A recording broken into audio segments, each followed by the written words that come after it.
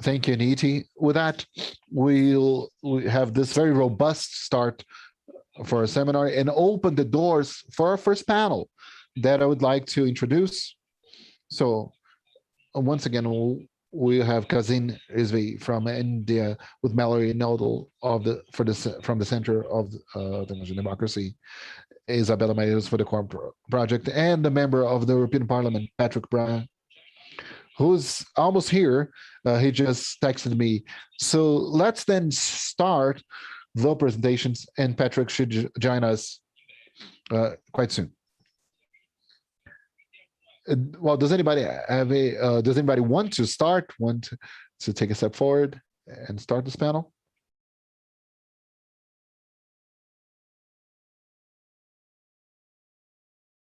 By the very order of presentations, Kazim, would you be comfortable starting the kickoff with this geopolitics with your presentation? Thank you. Thank you. I hope I'm audible. Great. Okay. I hope everybody is able to listen to me. So thank you so much, André, for having me here, and thank you to organizers for organizing this very timely discussion on the geopolitical and the global landscape of encryption. Niti gave a really good presentation of tracing back the history of how regulators and countries have been trying to regulate encryption and trying to sort of, there's this tug of war between data access on one hand and privacy on the other. And I'll sort of focus to start with on India and what's going on in India for the last few years, and then we'll sort of take it forward from there. Any questions I'd like to have, would be happy to answer those questions. But I think what we're looking at India, as we are looking at many other countries, is this this need for the government on one hand to provide security to the people, right? Because what we are seeing is the rise of internet, and more people are coming online. You have people using internet for various purposes, various activities, which is obviously increasing the amount of digital trail which a crime on the online spaces leaves. And that's one of the key reasons why countries like India have been facing this challenge of investigation, of identifying the criminal activities which could be taking place offline or online, or which could have online traces. And with that, with the rise of technologies, with the sort of rise of technologies in the world, in India as well, there has been a need felt by the law enforcement to regulate internet in India. And we are seeing that with the upcoming rules as well. So while security on one hand is critical and necessary for sovereign nations to survive and thrive, on the other hand, what I think is also very important is privacy. And in India, we have a right to privacy as enshrined by the Supreme Court in the 2017 judgment, where privacy is a fundamental right to all citizens of India. And this tug of war, I may say, or if I may say, a tug of war between privacy and security needn't be a tug of war. I think it's more about finding ways to complement each other. How can privacy complement security, and how can security complement privacy? I think that's the debate we need to have, we need to drive as we proceed with the global discourse and Indian discourse. So while security is important, so is privacy. So where do you draw the line, right? And I think this is the balance which everybody is trying to understand, which everybody is trying to fight and look at and work towards. Indian right to privacy, which is guaranteed by the Supreme Court, provides for exceptional access to data for government, for enforcement, for law enforcement, but only in condition where it's necessary, when it's proportionate, and when it's legal, right? So any access to government data has to meet these three tests when it comes to access to data for law enforcement. Now, looking at encryption and looking at the rise of encryption, and also why encryption is critical. When you look at encryption today from a privacy perspective, it's really critical and really important to safeguard encryption, because that gives users probably the best privacy they can have when it comes to sharing personal information, sharing their chat, sharing their medical records, sharing their other details, their very, very private information which they share with their loved ones, with their friends. And these communication devices on which we use encryption are very critical that we safeguard encryption towards securing the privacy of the people. But it's not just about privacy and encryption. It's also about security. When you look at encryption, you also look at why it cannot be sort of there are no vulnerabilities, right? It's very difficult to hack in the system. It's something which works flawlessly, and it protects your data because of the nature of technology. And the Signal protocol, which Signal and WhatsApp use, is the gold standard for encryption today. And it not only safeguards your privacy, but also protects the security of the people. If you're sharing any information, if you're sharing details on your encrypted device, it's safeguarded. It's not easy to hack into, and because there are no vulnerabilities, it's safe. So from a national security point of view as well, encryption is very critical, because privacy and security of people as individuals also equalizes into privacy and security of the nation as a whole. And that's very important to be understood by the government and civil society, as well as other private stakeholders, which have a role to play in this debate. Going forward, what we have been seeing in the last few years is that due to the rise of fake news, due to the rise of child sexual online material being proliferated on some of these platforms, the government has felt the need to seek exceptional access. And we've seen that with reports coming in. We've seen that with the new IT rules, which have been enacted recently. The objective being that, look, the state wants to do its job of securing the nation better, so it wants to gain access. Now, the intent may be noble, that yes, you want to check the proliferation of sexually problematic content or hate speech or misinformation, but do you need to break encryption? And I think that's where there has been a lot of debates being formed, and there is a strong consensus that you do not need to break encryption when it comes to regulating these platforms, when it comes to checking on the proliferation of child sexual abuse material or any problematic content, that without breaking encryption, you can actually serve the purpose of law enforcement authorities. And I think that's where we are trying to sort of take forward the debate. And that's where the research community experts are talking about, because if you break encryption once, you open vulnerabilities, you open backdoors, which can be hacked into, which can be misused, abused by non-state actors, which can lead to a lot of problems from adversaries. And it can also expose the security architecture of India. It can expose the security architecture of nations across the world if you open backdoors on encrypted devices.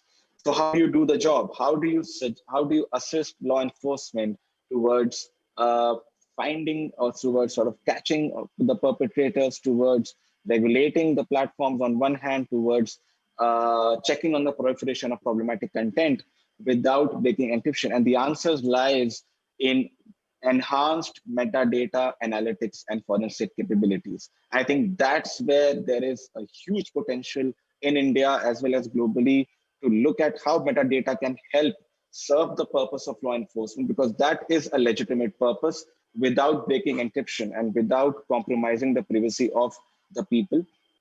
And we've seen that in so many past cases, and we've sort of read also globally, and we've seen research where metadata analysis has helped trace crime criminals, has helped solve the purpose of law investigation, and it has actually helped in catching the culprits. And the answer lies in improved collaboration between the tech companies on one hand and the government on the other hand. The answer lies in enhanced capacity. The state capacity has to improve when it comes to metadata analytics, when it comes to metadata forensic tools. And I think that's where we have to proceed, rather than reaching out or looking at lazy options of trying to compromise encryption. Of course, the intent may not be there, but not all great intent make great policies. I think it's important for us to understand where we come from, is that we cannot compromise the privacy of the people to catch the culprits, because you may not be able to find in the whole truckloads of information or sort of really identify the originator of content. And it can actually lead to more problems. It can lead to counterproductive issues. It can also compromise the security of of the nation, because a lot of people are using these devices and are on encrypted tools to communicate with each other. And if those chat rooms are compromised, then God knows what can go wrong. So I think we have to reach a consensus, a middle, a ground, a balanced approach where we safeguard privacy, where we sort of safeguard encryption, where we make sure that it's not broken. There are no backdoors. When it comes to tracing of originator, that will lead to undermining encryption. So we should prevent that from happening. But on the other hand, we have to find answers to support law enforcement. So I think that's where I would like to end, and happy to discuss further.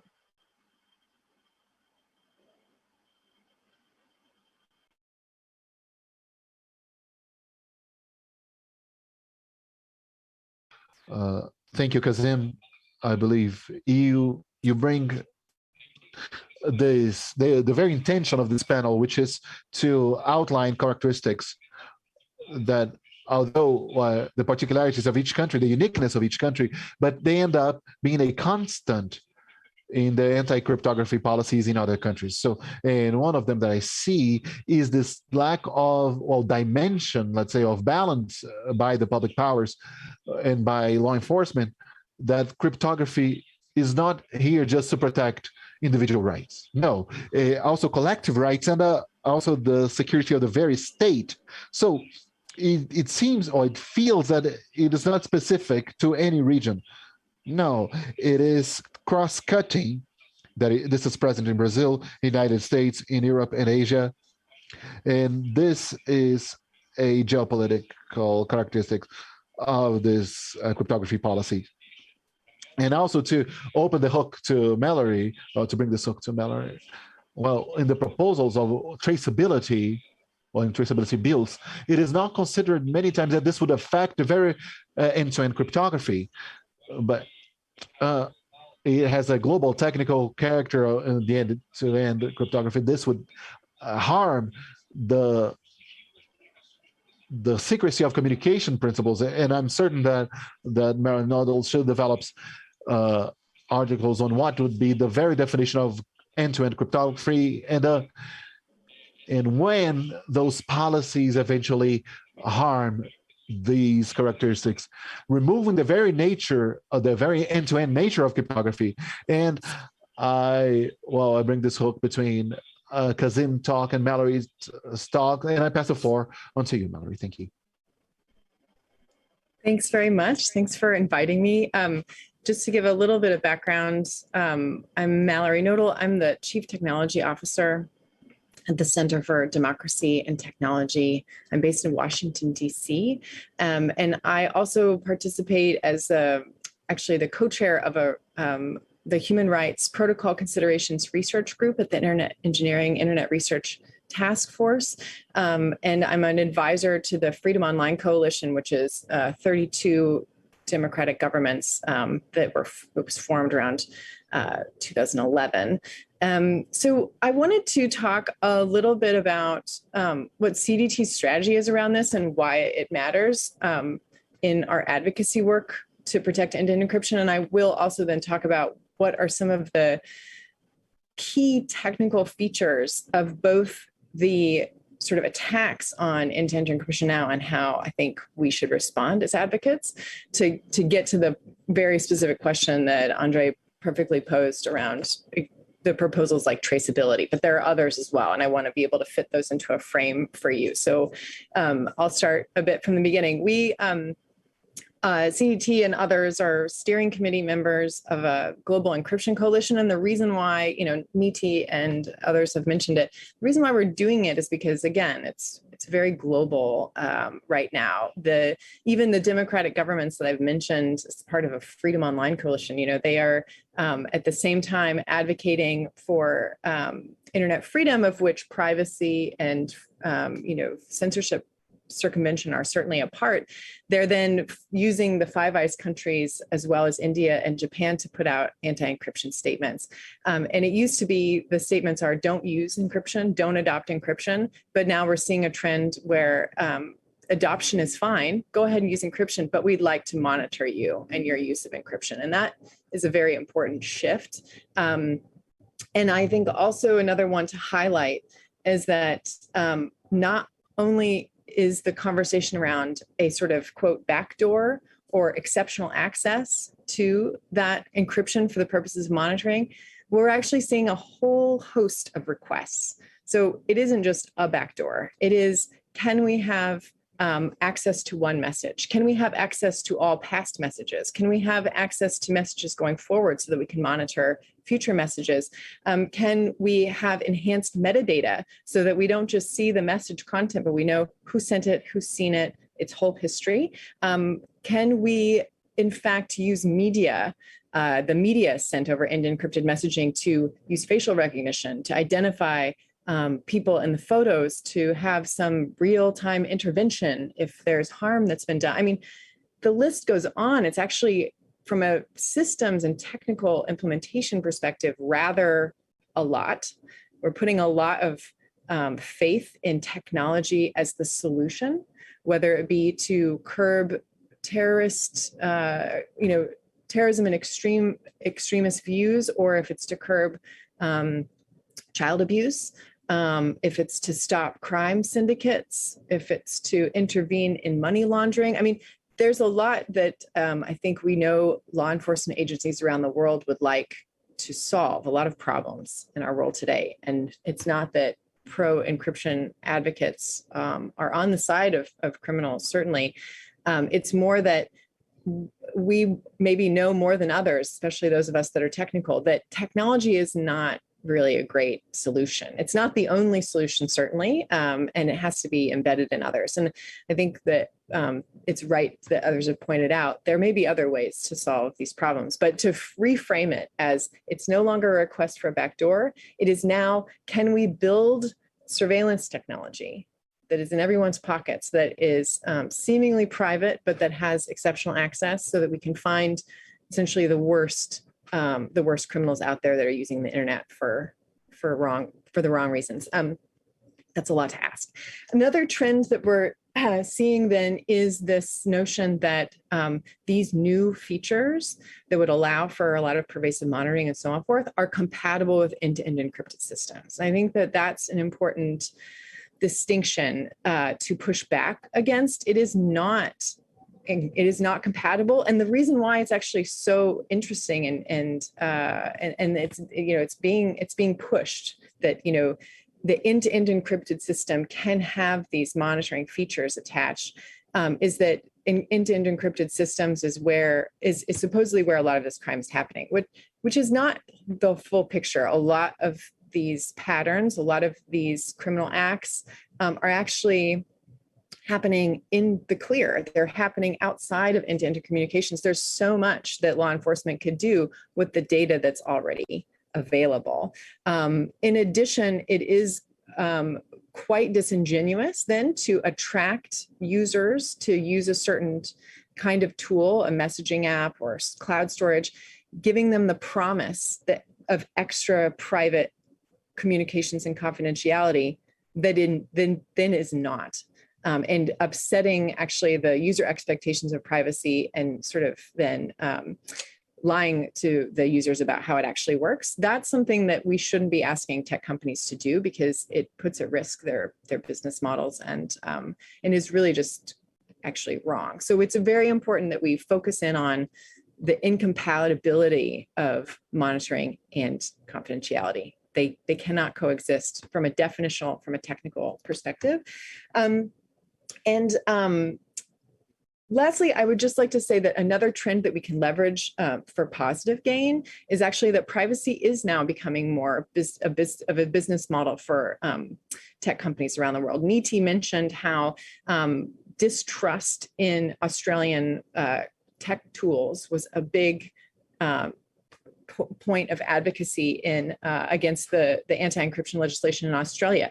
That is absolutely the case, because we know that increasingly everything from web browsers to mobile phones, everyone is pushing the idea that they should invest or they should buy these products or they should use these products because of privacy. So privacy is something that is moving the market, and that's a good thing. That means that we can hopefully convince companies to continue to do the right thing and to not compromise on that. So I'd just like to say I'm going to drill down in a few of these just to give you a more full picture from a technical perspective. When the other thing that has changed, of course, is that we used to talk about the need to monitor because of terrorism. It's now shifted a bit. It's still there. The argument is still there, but what's really caught on in the US and elsewhere, Europe, for example, is child sexual abuse material, or even just child exploitation as a larger, broader category. Whereas, you know, in India and Brazil, it may be around more mis and disinformation. I think they're all sort of wrapped up and there's some overlap. So, but that's, again, like a really important trend. And I think that it has a lot of political power behind it, which is worrying. But I would just point out that though governments, that maybe law enforcement agencies are using that as the main narrative now, governments aren't monolith, and we know that there can be internal contradictions in government policy around this. For example, you know, bureaus of economy and ministries of commerce and things would be very pro encryption because it allows for safe transactions on internet platforms, and increasingly because we're conducting so much of our lives online, it is really important to have encryption be ubiquitous to protect citizens. And I think that that's a shared aim.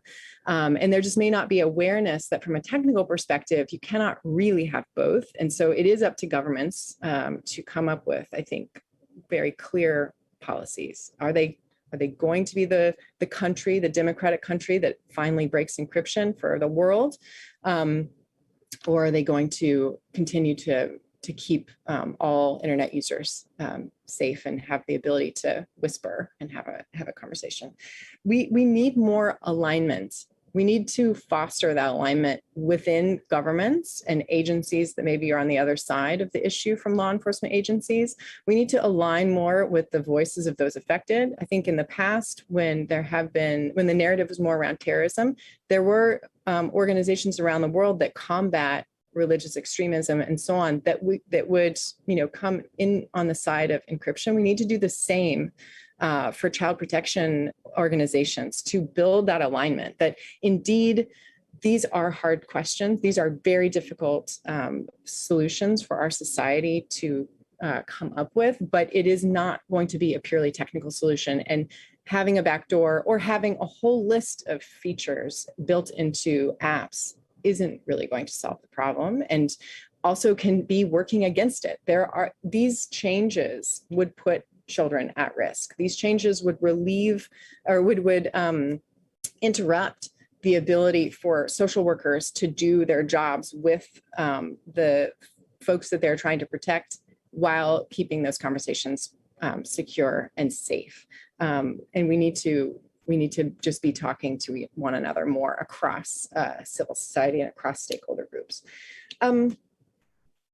Another one that we've all mentioned, I think, is just that once this change happens at a technical level, it will be global in a few different dimensions. I was just talking about terrorist content or child sexual abuse material. Any content, it could be as well intellectual property, which you can imagine based on the last 20 years would be next in line to be removed from systems or monitored in its spread. There are many, there's no technical way to make sure that removal, intervention, monitoring is going to stay focused on just these types of content. There is no technical guardrails for that. Once it is implemented in a system where you can find these types of materials, you can find any type of material. You just need to change what your algorithm is looking for. If it's online protest or, you know, like I said, copies of movies and things like that. Another thing that's really important to know is that the system is going to be redesigned. So Niti talked about sort of system architecture. She talked about settings and then default settings and then user opt-in. And these are all different points at which we can there could be intervention. What's being proposed in almost all these cases is, though, the most difficult to walk back or change, and that's the system architecture. Traceability requires system architecture changes. Introducing a ghost user is a system architecture change. Any kind of third-party monitoring, client-side scanning, review, all of those things require the end-to-end encrypted system to be designed differently. And even if you then have settings that say it's only for this type of content, it's only for users in these countries, it's only for, you know, this fixed amount of time or things like that, that system architecture will change for everyone.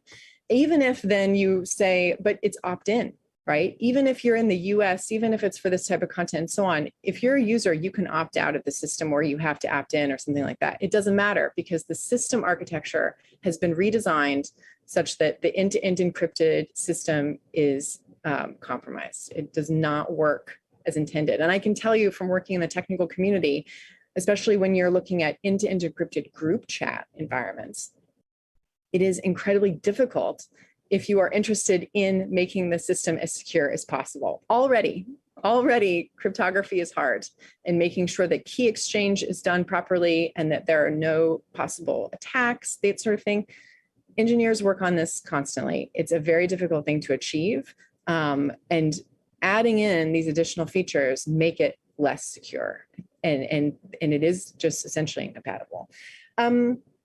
And then I would say the last one after then, like, you know, we have the system architecture, we have the settings, we have default settings, we have user opt-in, we then have norms in use, which is something important. In the case of traceability proposal in India, where they wanted to know who had sent the message and how many people have seen and that sort of thing, enhanced metadata. It was often that law enforcement already had the content because it had been forwarded to them, because there's a norm and a use around if you see something bad, if you need to report something, please send it to us. Here's our WhatsApp number, or, you know, that's a norm and use around how law enforcement can leverage citizen participation in fighting crime. So again, it's not that they could already see inside the messages because people had shared them with them. What they needed then was maybe court admissible or other kinds of data that would help them with their investigation. Those norms in use things are worth mentioning because I think they can be sometimes be the alternative solutions to you know, breaking encryption, as it were. And then I will just land with talking about some of these other ideas. So the report and block without breaking end-to-end encryption. This is something that Kazim said that was brilliant. I mean, there's already data and you just need to analyze it better. The problem with that argument, though, is that if in the long term, looking at the trajectory of this, they will get better at analyzing that data, and then they'll want more. I think the very important thing that we need to remember now is that end-to-end encrypted systems, one of the principles is to reduce data. It's to reduce metadata. It's to not create it in the first place. When we talk about child sexual abuse material, having more people review that content, having an intermediary that copies that content or somehow does processing on that content, spreads it. It's creating more data. One of the principles about keeping things safe and secure is minimizing data. So we want to push back on any kind of proposal to break end-to-end encryption. And again, it goes way beyond just asking for a backdoor, simply because that will spread harmful content. So in the case of harmful content, all of these proposals are generally quite bad, and we need to think about ways of analyzing existing reduction in data and asking users to be empowered to report and to take action where they can, but not to interrupt what they think is the user experience they're having, which is confidential communications. So I've talked for quite a while. I appreciate you listening and happy to take any questions. And thanks also to my panelists who've, especially Nidhi and Kazim, come before me to really set up, I think, a great discussion. Thanks.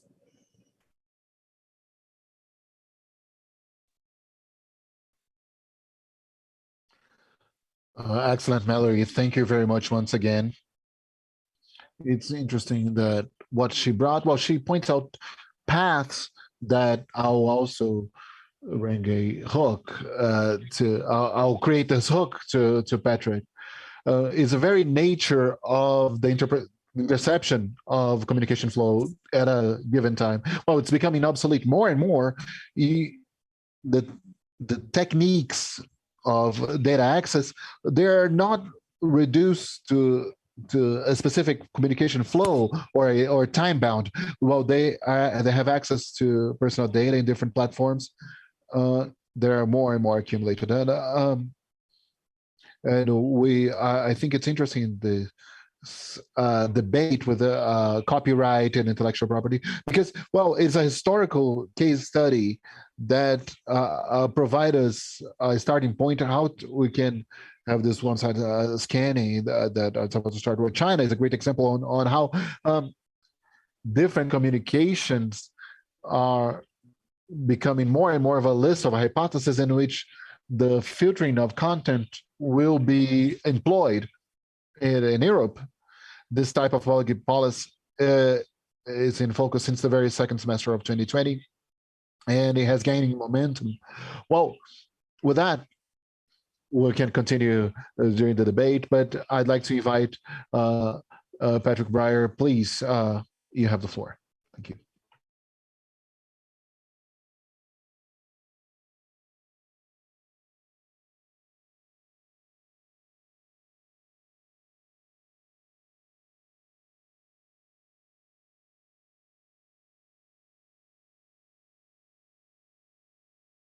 And therefore, the right to privacy really serves to protect the powerless against abuses by the powerful. And encryption provides benefits to society as a whole. It is a fundamental part of how the internet works in a safe and productive way.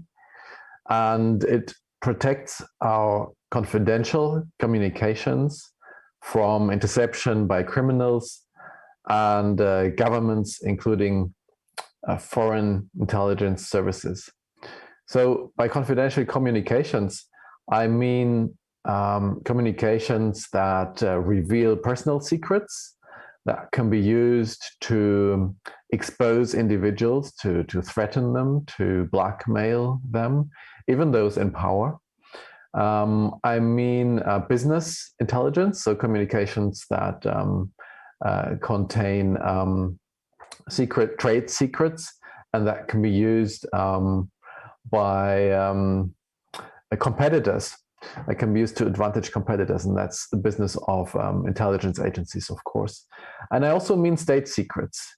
Breaking encryption would also mean that state secrets that protect our security could be revealed and fall in the wrong hands. So encryption serves to make communications just as private as face-to-face communications are.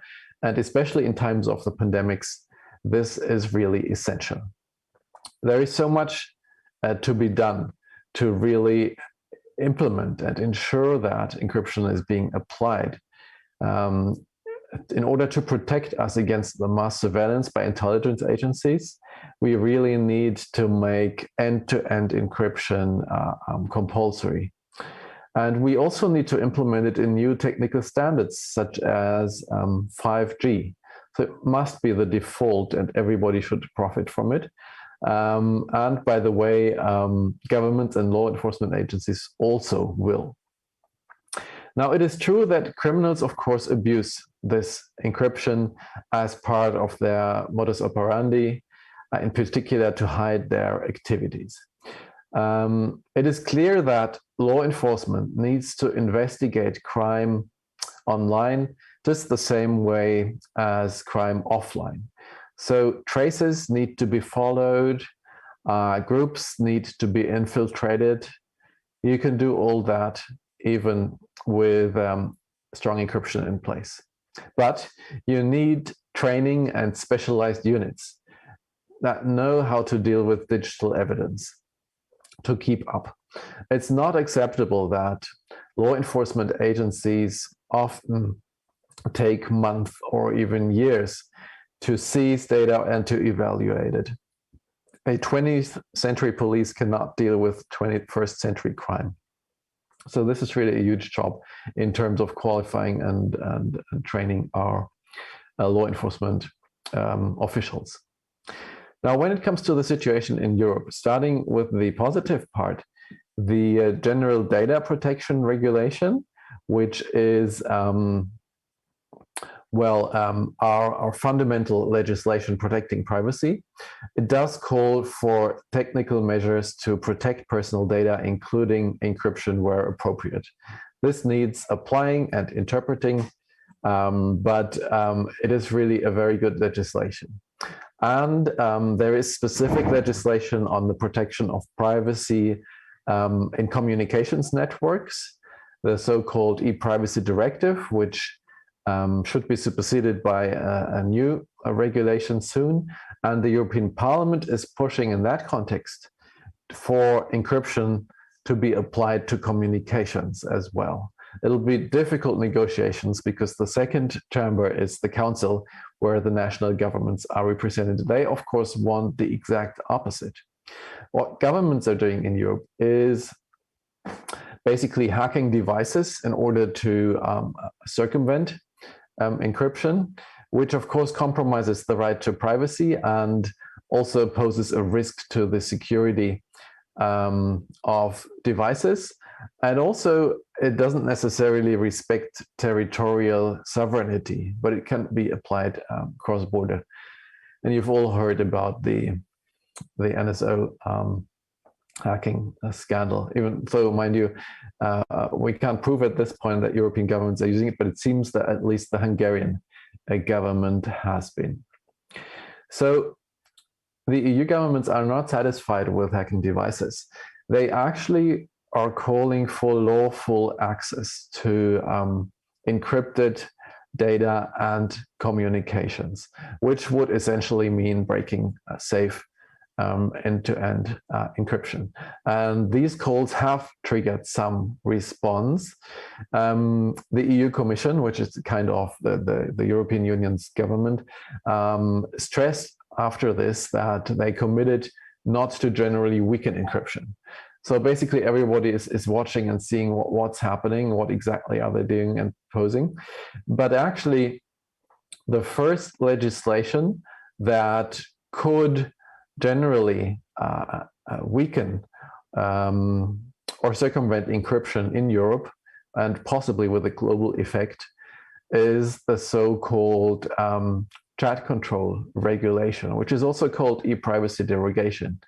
And what these regulations do is they aim at searching private communications in emails, in chats, in Messenger, in messages, at using algorithms and even artificial intelligence to search all private conversations for possible child pornographic content or child grooming.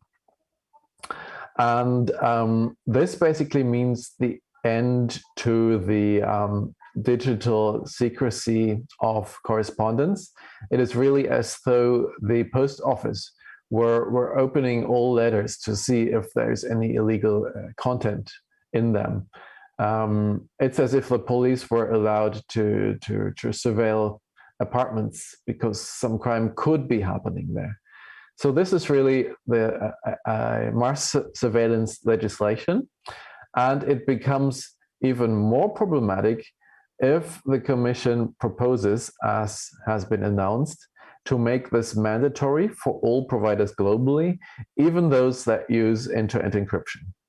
So if messenger apps, such as Signal, were compelled to search messages for possibly illegal content, then they basically would have to insert backdoors in their technology to use at least what they call client-side scanning. So basically the software would have to be changed to scan the content before it is being sent. And if any match is found, then the clear text content, the unencrypted content, would be sent to the provider and later to law enforcement authorities. And it's clear that such a function that would be able to send unencrypted content could be abused and would render the whole security of encryption meaningless. And so you'll be interested to hear that something which really is to serve law enforcement, is actually being advocated by the Five Eyes Alliance. So by the intelligence agencies that are using mass surveillance, they are pushing for this chat control to search for alleged child pornography. And I think that makes it clear that their agenda really is that once Europe mandates that backdoors are implemented in encrypted messengers, it is only a small step to get where governments have always wanted to get to, which is what they call lawful access. So they want to be able to access encrypted content. Yes, and basically a similar modification to the apps and to the algorithms would make this possible. That's why they are pushing for this chat control legislation, because of course, you know, it's allegedly protects children, and that makes it easy to push for. In the public eye, many people are willing to do everything to protect children, but does it really? The fact is that these algorithms are very error prone. The databases they use for matching are very error prone. And if they use artificial intelligence, the error rate is even higher. That means that illegal, intimate content will be exposed. That can be nude photos that you send, even that your children send. So even nude photos of minors could be exposed to moderators, and they are not safe in their hands, I'm sure. It also results in users being falsely reported to the police and prosecuted.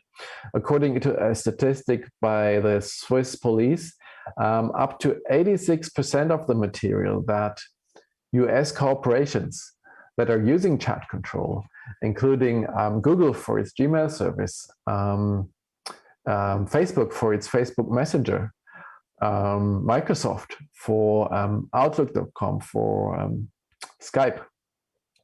So 86% of the reports the Swiss Federal Police receives are not even criminally relevant, don't contain any criminally relevant material, which means that this results in falsely reporting users, and often, I'm afraid, also falsely prosecuting them with, you know, seizing your materials, having the police knock at your door. It can result in people losing jobs, marriages breaking up, people committing suicide, only for being falsely prosecuted for these kind of hideous crimes. And it also results in the loss of trusted communications channels, which actually, particularly victims of child sexual abuse, are in need of. They need safe communications channels to communicate with therapists, with help services, for self-help groups, for discussing with the police. They need to be sure that the technology they use will not inadvertently expose anything they discuss or communicate to third parties. And most of all, it really sets such a dangerous precedent. If this were legal to search a private activity just because it might be illegal, basically that would be the end of private spaces generally, because we can never exclude that private spaces are abused for illegal activity. But I'm convinced that the benefits to our society of these private spaces are so much ever greater than the harm that is done by having those spaces. And the benefits that the proponents are hoping for are disproportionately small when it comes to protecting children. Children are not usually protected by going after the exchange of images and video on Facebook or Google. That's not where the producers of this material are. What we really need to do to protect children is to prosecute those that are responsible for those crimes. Now, the EU Commission has announced that in autumn it will propose this permanent chat control legislation, and they will then also decide whether to make this searching mandatory for services that are end-to-end encrypted. And the Commission has organized a consultation, a public consultation, and we raised awareness of many people on this. And the result is that 80% of the participants oppose making the chat control searching mandatory for encrypted services. So a vast majority don't want this to break encryption. And we'll have to be very vigilant that this is followed through, because the debate is skewed a lot in favor of those that call themselves children's rights advocates. Even though, by the way, minors have never been asked, do they want their messages to be searched? I don't think they do. A poll that we've conducted, a representative poll, revealed that more than 70% of Europeans are opposed to this general searching of their private messages. And I'm sure it's the same with children, who also have a right to privacy. So maybe to end with a positive note, the European Parliament is also pushing to protect encryption. My committee, my Civil Liberties Committee, has adopted a recommendation on the upcoming Digital Services Act, and it calls for a rule to prevent national governments in Europe from restricting encryption. So it explicitly says that governments don't have the right to generally weaken or exclude encryption. That's far from being the law of the land, but we are fighting for it. And we need to reiterate at every opportunity that encryption provides benefits for society as a whole, that it's a fundamental part of how the internet works in a safe and productive way for all of us, and that it protects our confidential communications from interception by criminals and foreign spies as well. So thank you so much for your attention.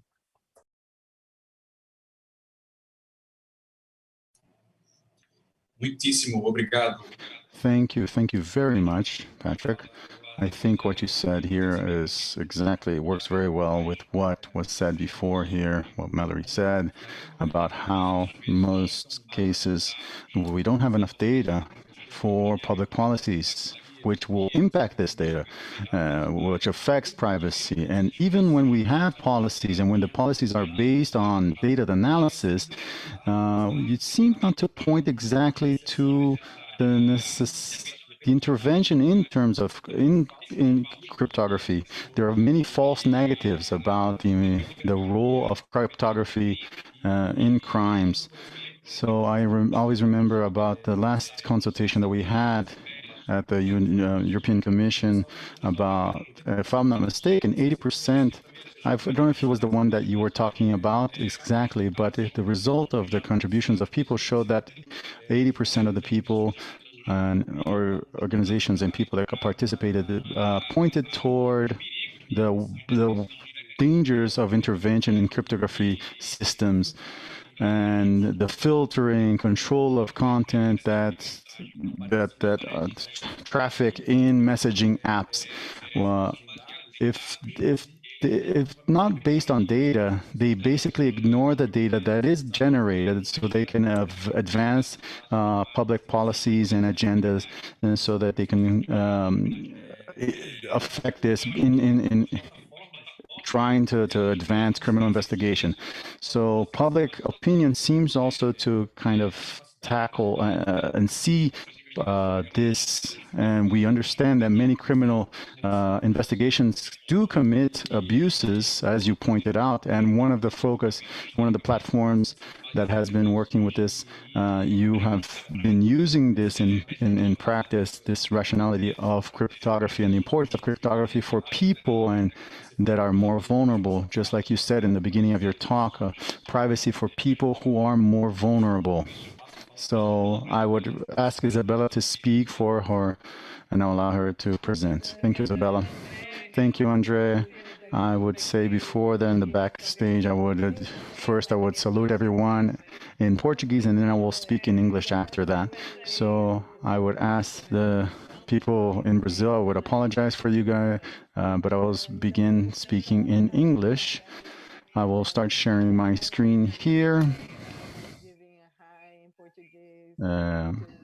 Also, Mention that my presentation actually is going to be on in English. I'm Isabela Bagueros. I'm the executive director of the TOR project, and I will be covering a few topics today.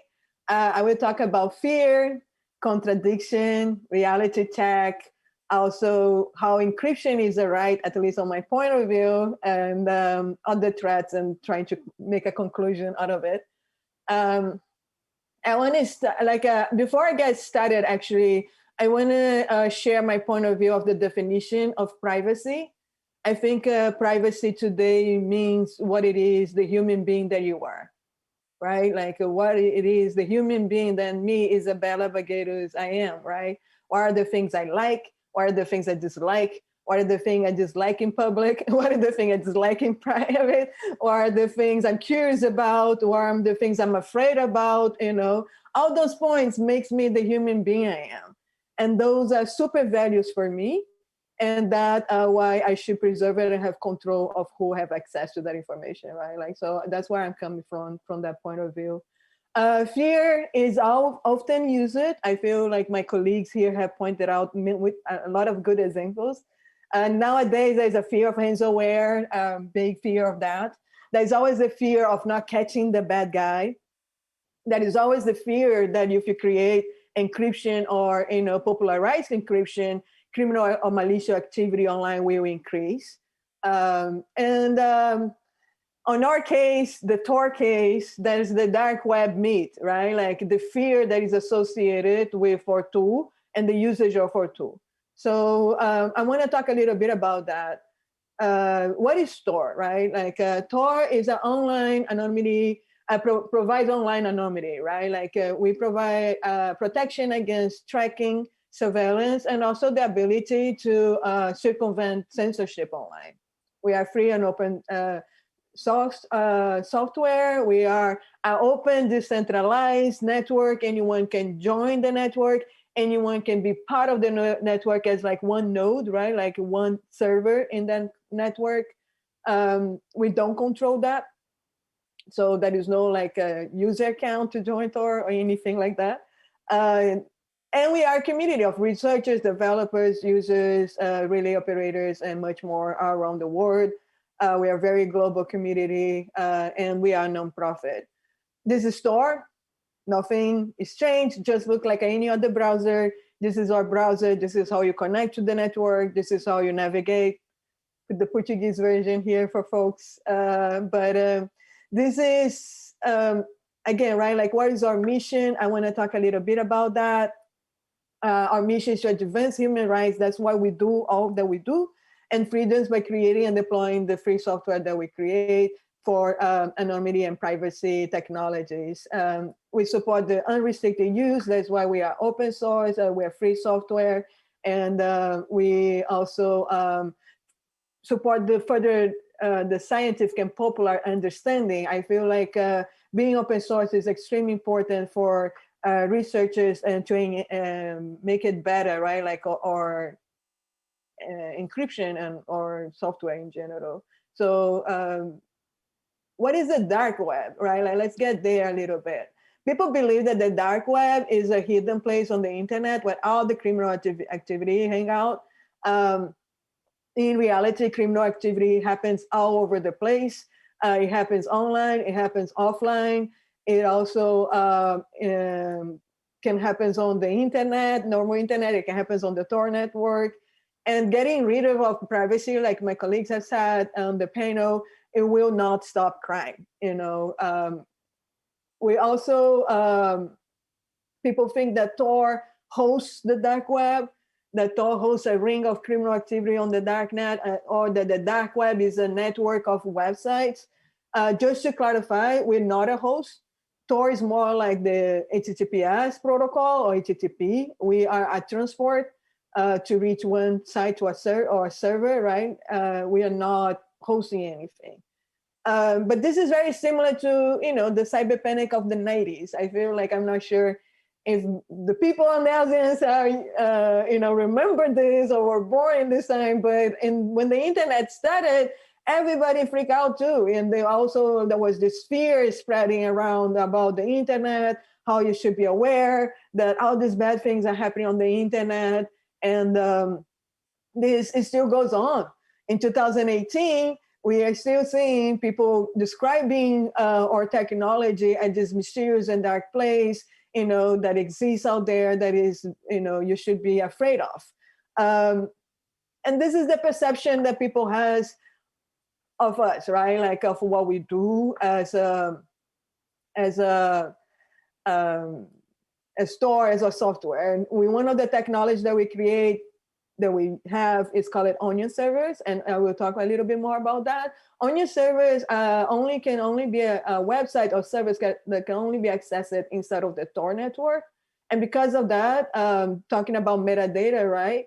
Onion servers gives a layer of protection that applications like Signal will not give you, because also obfuscate or eliminates the metadata completely.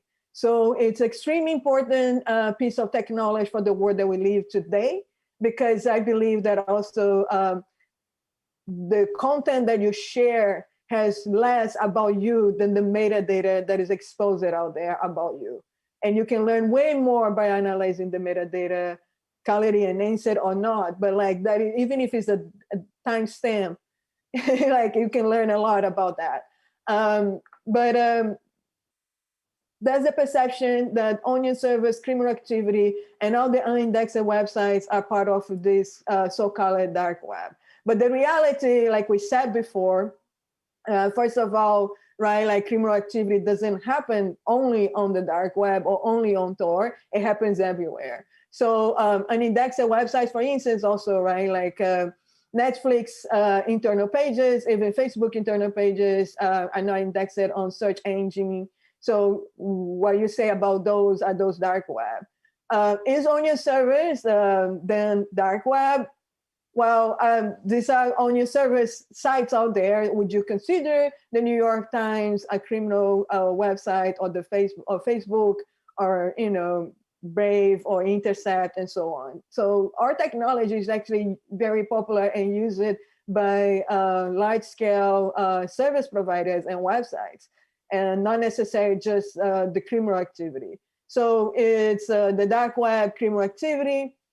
Like I said, crime happens outside of the internet. So it's more like that dimension, right? Like not the whole circle, but actually the intersection of that people are saying when they talk about dark web. Then also another thing that matters is the scale of it. If you think about the internet and you think of the onion sites, right? Like that I was with the technology that we offer, there's around a few hundred thousands of onion sites out there in the world. In comparison with what you know of the internet, even Alexa has a rank of like the top 500,000, right? Like, so it goes, Alexa rank is already like way bigger than the onion site. So the scale also matters in this content. Why? Because this is the image everybody sees. This is what the media talks about, right? Like the deep web, the dark web is this vast, criminal activity out there, all, like very dangerous, and in comparison with what you know of the internet, when the reality is very the contrary. So what we say there is no dark web. There's just fear around privacy enhancing technology, in other words, cryptography. And then I will touch on contradiction, right? Because those who are promoting the fear of encryption also needs encryption, as my colleagues have also pointed out in the panel. I'm just giving a few examples. This is an executive order. Also, my context here is United States, but a little bit global in a way, right? But this executive order is for cybersecurity, protect the nation of the United States against ransomware and other threats. And you can see encryption all over the place, right? Encryption of data at rest and in transit. So yes, that is no like encryption with a backdoor listed here.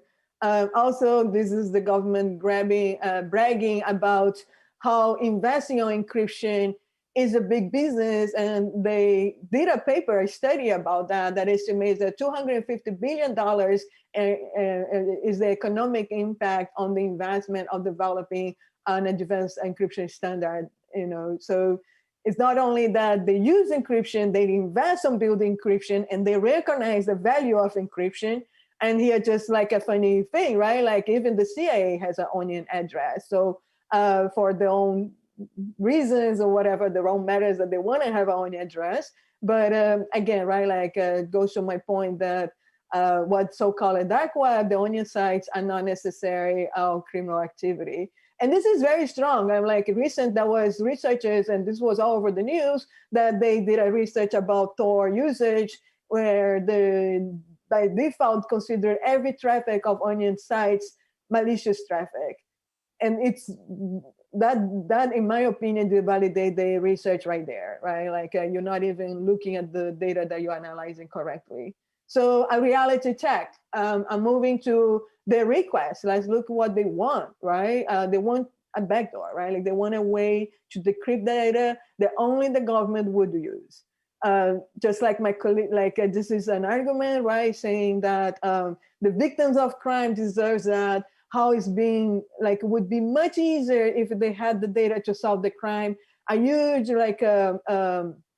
effort would be minimized, and sometimes the crime doesn't get solved because of it. So this is actually Europol and New York District Attorney opinion article that they published. I just want to say that NYPD, I live in New York, I'm in New York right now. NYPD have only solved 2% of the major crimes in New York City today. And they have a budget that is bigger than most militaries of countries, on the billions, 10 billions, by the way. And so I don't think that encryption is the one thing that is blocking the police from solving crimes. But also, what is the victim of what crime, right? Going back to the metadata, y'all remember, and the opening, right? The keynote also spoke about this on the revelations from Snowden. We all learned that the killing lists, the drone attacks are all driven by metadata. So this code is real. I didn't create this code, it's real. And people are killed by metadata. And like the same way my colleague said, many have pointed out how when the usage of the data that they claim is extremely necessary for them to act are often, giving false positives. And the killings of drones shows that very clear, where, so many studies that show so many civilians being killed, like farmers in Afghanistan or a wedding in Yemen, as we all have seen it. So what they want, let's look at what they want here. And this is an article from EFF about a recent anti-encryption law that is coming in the United States. One more, right? Like there's so many that they try. This one would also require the system to be redesigned. In case of Tor, we can't. We have no access to the data. Nobody who is involved on the system from the moment of the package of the protocol transmitting from one point to another, in our case, through all the nodes on the network, the 3 nodes that we routed through, for us to simply create and modify the system without putting millions of people in dangers that need our technology. So they would be forcing us to redesign in case of this law, and weakening our product or technology. But I also want to point out another thing that was extremely important on this article, which it is the system today is corrupt. I'm not talking about encryption, I'm talking about the system. Right now, we have a mass surveillance system in place that based it on a secret court, call it the FISA court. I'm from Brazil. I know the secret courts, and probably my colleagues also are very clear on that. It's very close to a dictatorship, right? Like when you have a secret court going on, that nobody knows what happens there. If you receive an order from the secret court, you're not allowed to even talk with your lawyer that you received the warrant. So the system is broken right now. How can we trust to give the system a backdoor when the system is completely broken? So I would go there first, because that broken system affects the lives of everybody in the nation, not just, those affected by malicious activity. So anyways, that's my point about encryption is a right. It cannot be that one part of society has access to encryption and the other don't have that right. People deserve privacy, like I mentioned at the beginning. Privacy, freedom of expression, and access to information are human rights. And these rights are denied online around the world. GDPR was a law created that was to build the state of the art. And my point here with GDPR, I'm not saying it's a perfect law, but it is a law. It is a recognition that privacy should exist and should be cared of when you're building technology, and people should have the right of that. And those laws are popping out all over the world right now. Internet freedom has declined in the global scale for the last decade. So another point for encryption, for privacy, for protection. And I don't need to be hanging on the one side of the spectrum here.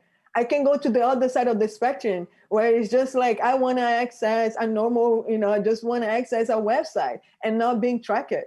Like the top websites in the world, 99% of them are tracking you, everything that you do. And this is a business model that people want to protect themselves, that they don't agree with, and they want a solution. So those are things that goes beyond just like government abuse or misleading intentions, but this is like the internet today needs to change because of the way it is and the business model. Online trackers are a threat. They are a threat to everybody, no matter where you are on the spectrum. If you just want to browse online, or if you are a dissident in a country that has, authoritarian government. It will also be the data that you create online can be used and influence elections and other contexts where you live that will affect you.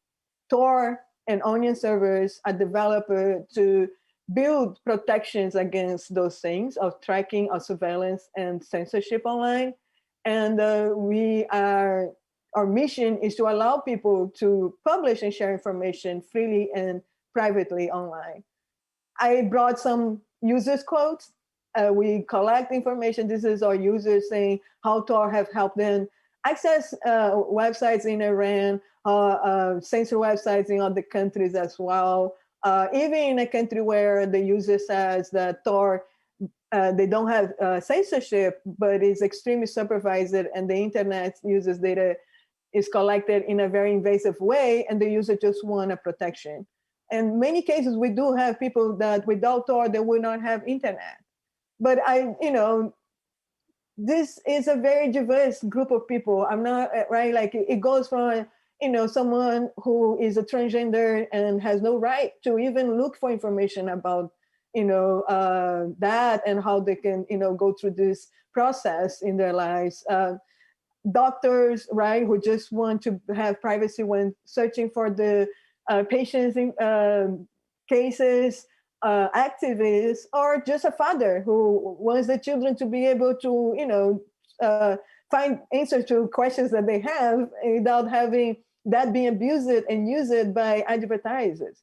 So I'm just trying to show these people exist. This is not just like a number. And most of the internet wants that. Otherwise, like laws and the industry would not be moving towards building more privacy protection.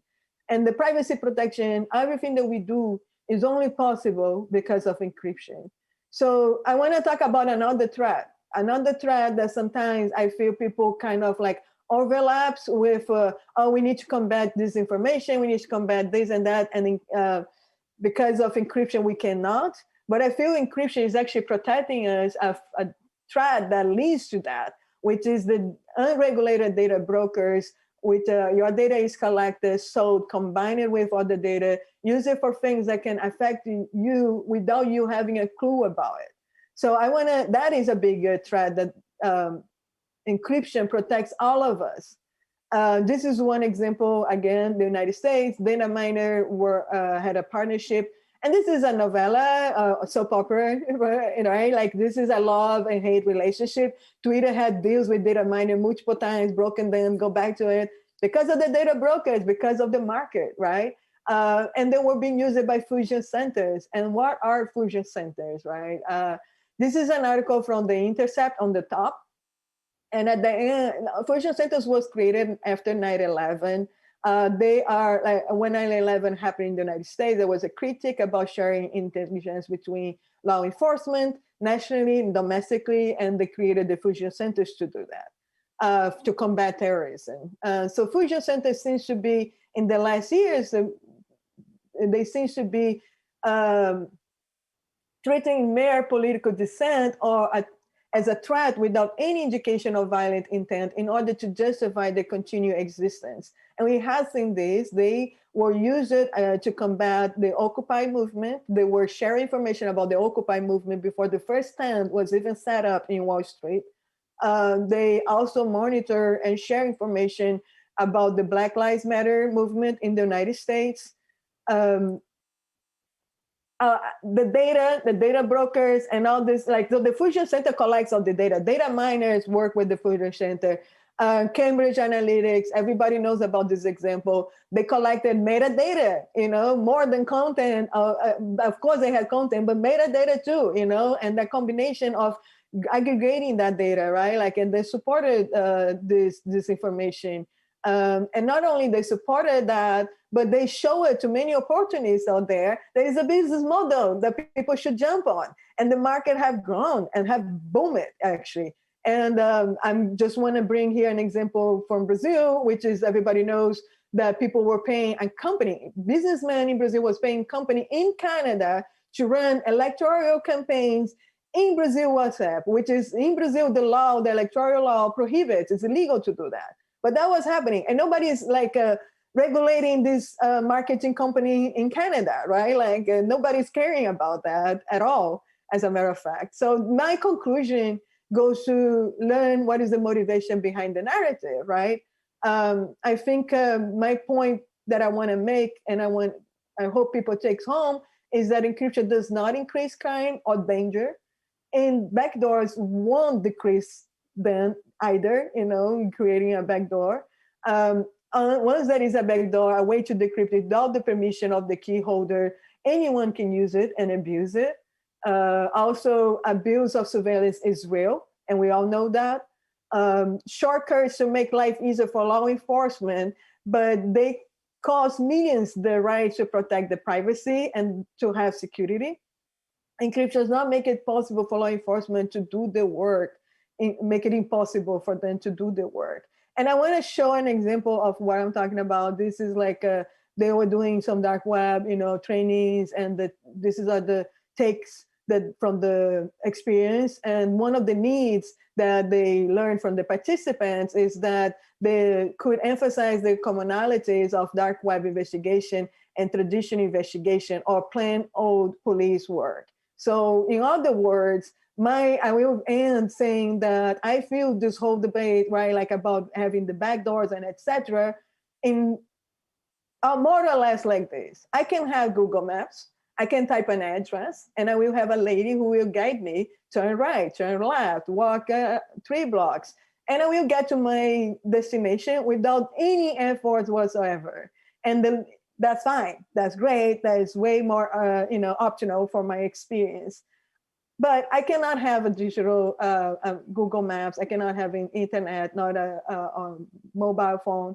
And I can still go from point A to point B by asking people questions, asking for directions. I might get lost. I might not get like the best road without traffic, but I will get there if I continue insisting and doing my work, more investment.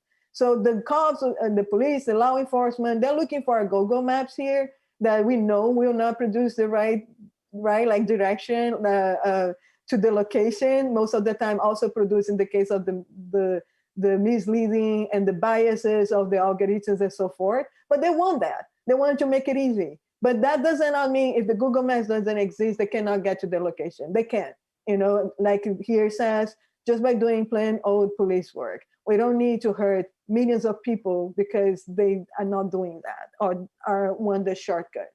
So I will stop here, and then we can join the debate.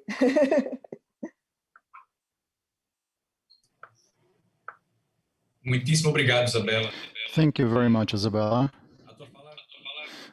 Your talk somehow kind of summarizes, condenses what everything was done by the other lecturers. And it's interesting how it kind of closes the circle, and it does mention a few things that seem to connect themselves with the other points and with what Lit said. And Kazim said that it seems that the public policy many times loses its dimension and faces its consequences for the state itself and in democracy. That's very illustrative. It's very symptomatic of what the state is doing. Some parts worry about cryptography and security of data, communication data, and they many times should be transparent, but there's a symptom of it is worrying that is very preponderant. And in relation to what Nietzsche said about the decisions related of the STF about the block of WhatsApp in Brazil, and saying that cryptography is a right according to the constitution in Brazil.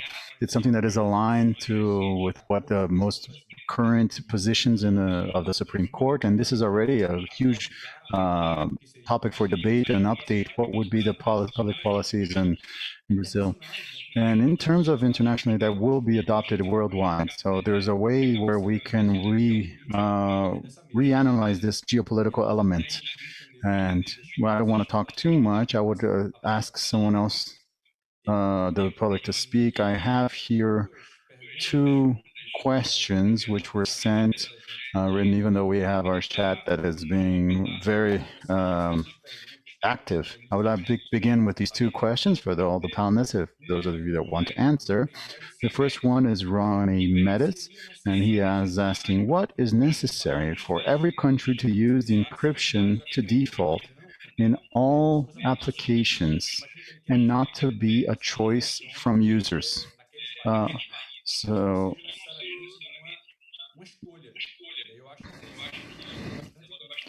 I think this talks about, and this is privacy by default and the legislations of protecting individual data, and which has been occurring and has occurred in the U.S. and in Europe and in Brazil.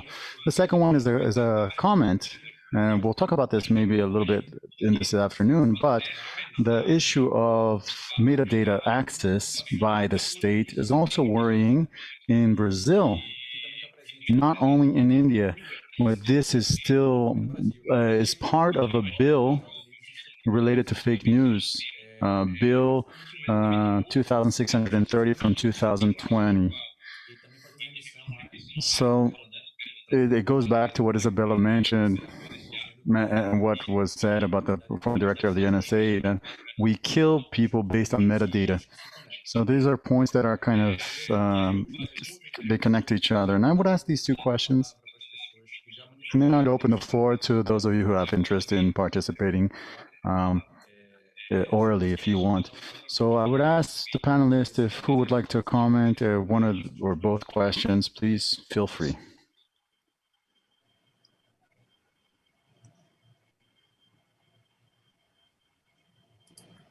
Can I come in, André?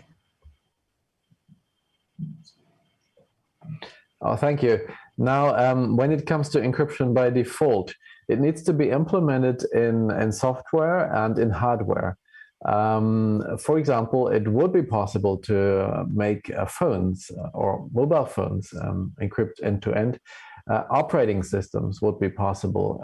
Even routers could support end-to-end encryption. So this basically needs legislation to oblige the commercial manufacturers of these systems to support and by default support end-to-end encryption if the other device supports it as well. And then there is another level to it, which is transport encryption. So for example, those telecommunications operators that operate international landlines, it would be extremely important that they use safe encryption, because it is known that that these cables are being intercepted. And so far, there is no such requirement, which is really scandalous. And so we would also need to oblige the operators to at least use transport encryption. Maybe some of the legislation that is in place already could be interpreted to this effect. So it would take some organizations to challenge the providers and manufacturers to see if the courts are ready to construe such obligations already, but we'll be fighting to make them very clear in law.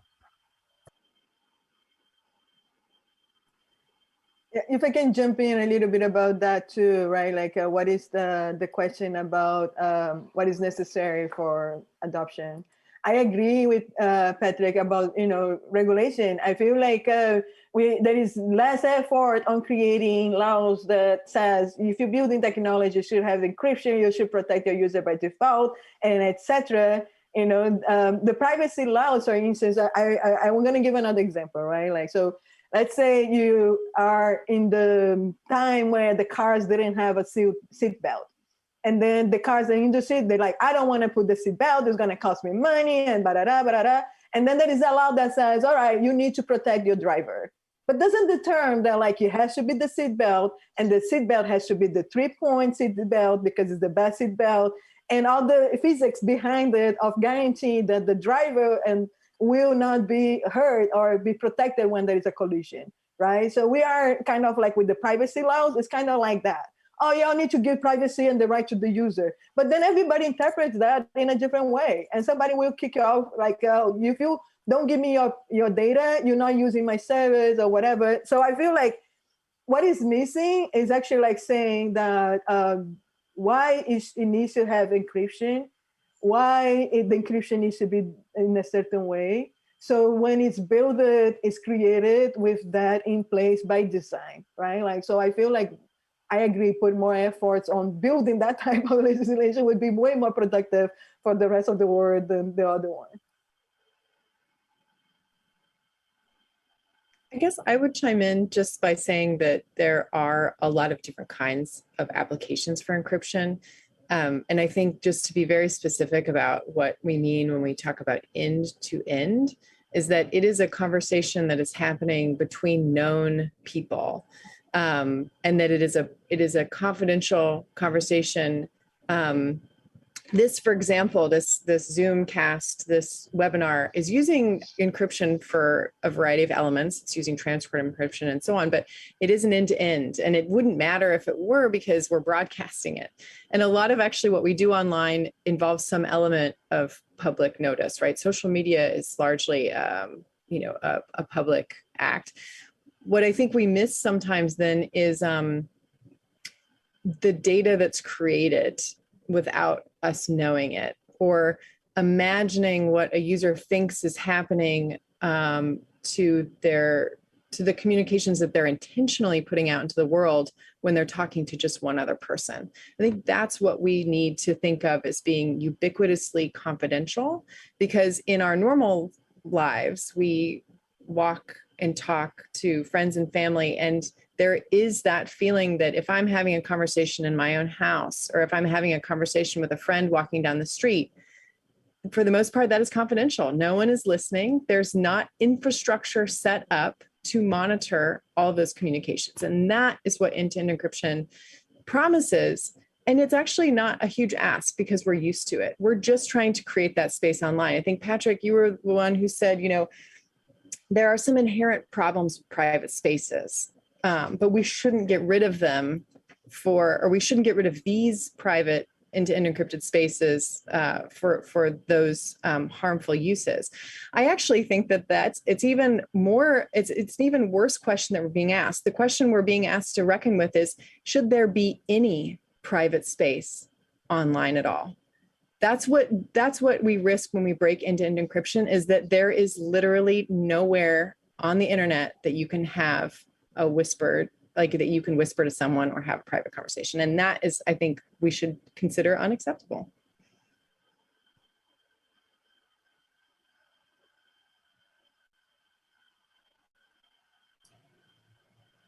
Kazim, você quer comentar alguma coisa ou eu posso passar para uma nova rodada de perguntas? Sorry, Kazim, do you want to speak? Do you want to add to that? I think looking at, I probably something which we are looking at in around law enforcement access to data. And a lot of the issues which we are trying to talk about today revolves around the need for law enforcement to do their job well. And I think at least when it comes to India, there is a lot of data already being shared with the law enforcement. I think when it comes to the sort of information they have and the metadata they have, the problem lies in being able to analyze that to actually understand the crime trails on the internet. And I think that's where a big problem lies when it comes to the need to sort of look at the entire chat conversation or sort of break into encryption, is because maybe there aren't enough techniques available with them to actually be able to look at trails of crime, a lot of the trails which may happen on the internet. And I think that's the problem which we are trying to solve in India, at least, when it comes to privacy. That privacy and security are the sort of opposite side of the same coin, and one can't go without the other. It's important for privacy, but at the same time, security has to be also managed, and the needs for law enforcement have to be sort of adhered to. But those needs have to be legitimate, and those needs have to be proportionate to the requirements as well. I think that balance is always a case in hand when things evolve, when crimes start taking place on the internet. And there's a lot of awareness required. There's a lot of capacity building required. There's a lot of enhancement of techniques to actually catch criminals based on metadata. I think if we can tackle that problem, then there won't be any need to be able to sort of break into encryption. I think there are certain legitimate requests from the state to be able to understand, okay, what is happening. We need some sort of ways to be able to catch the criminals, but those have to be legitimate, and those needs have to be done through analysis of already existing metadata, which a lot of them have access to and which is available as well.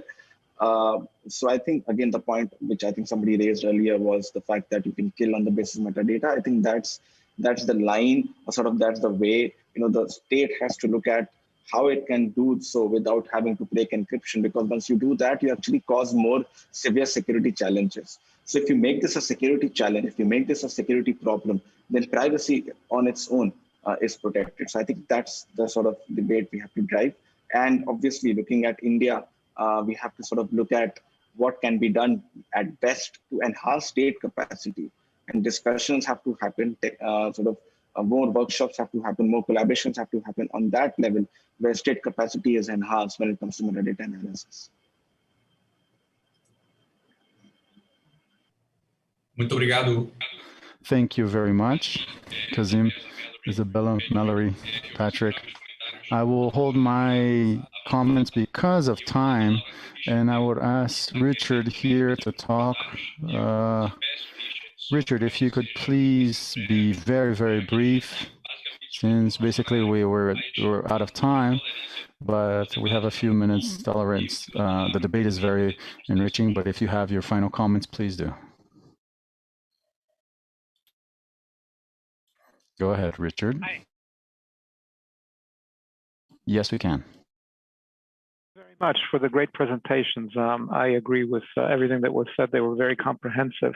I wanted to build on a point that Kazim made twice, actually, which is that we somehow have to help law enforcement in some way. You can't just say that doesn't work and don't help them. I agree it's not obvious how to help them, and it's not through back doors. So I've had an idea. I don't think it's particularly the best one because people have criticized it, but I'll throw it out anyway, just to see you have to think out of the box. So my idea is based on how we do tax audits. The government doesn't, I'm a small business, the government doesn't ask me for every single receipt for everything I've done. What they ask me for is to summarize that when I send in my tax declaration. And then if they have some suspicion, they'll come and audit. So I have an obligation to keep my tax records in Switzerland for 10 years, in other countries 6 or whatever, that doesn't matter. But the point is I have an obligation to be able to prove to the tax authorities that I'm not cheating if they have suspicions. So maybe we could have something like that here, where people would have an option to keep encrypted, strongly encrypted, nobody could decrypt it, data in some safe place. And then if the government accuses them of being a terrorist or having committed a crime or so on, they could say, well, no, I didn't. Look, here's my telephone records that proves that I didn't do that. You wouldn't be obliged to produce them, but you could produce them. So again, it's just trying to think out of the box. We have to come up with something that we can tell law enforcement, yeah, we understand that, this kind of makes life more difficult for you. and that maybe here's some ways that we can mitigate it so that you can solve some of these crimes a little bit more easily. And I agree, it isn't really going to help, but I think that we have to say that because otherwise the public is going to align with these people who say, oh my God, you know, there's all this dark web, blah, blah, blah, blah. In Switzerland, we've had 2 referendums and we've lost both of them by huge margins. We only had like 20% of the people on our side of the issue because the average person doesn't know and will always go with the government bullshit and propaganda. Thanks.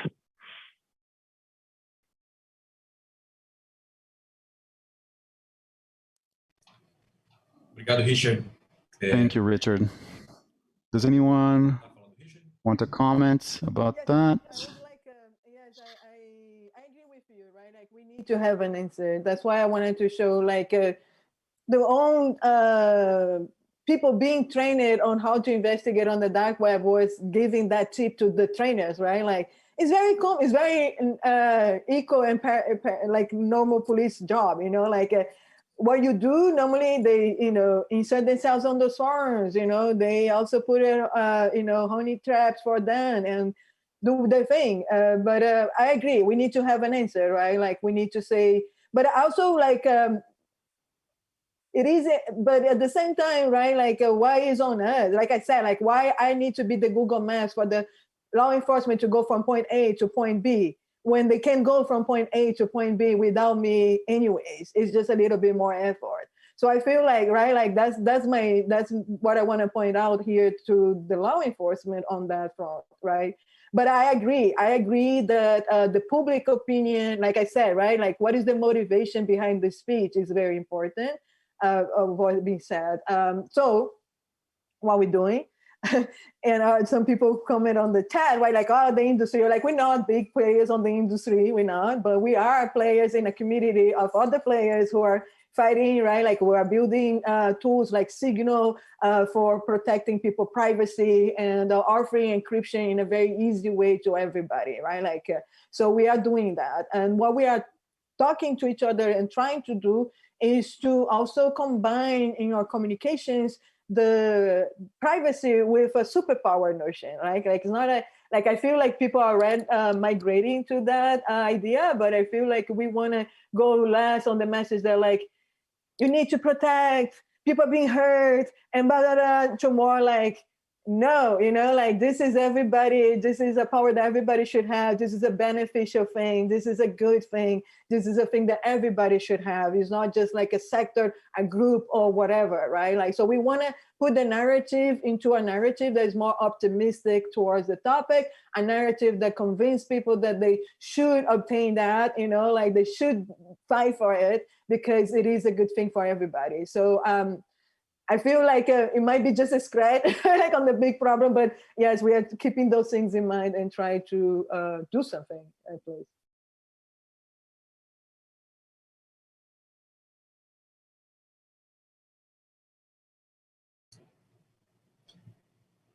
Mallory, você quer fazer algum comentário ou está satisfeita?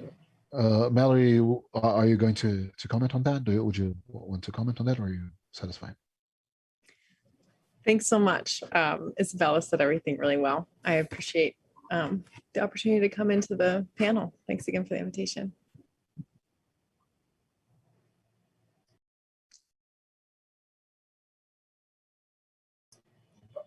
Obrigado a você, Mallory, e obrigado a Isabela. Thank you very much, Mallory, and thank you, Isabela.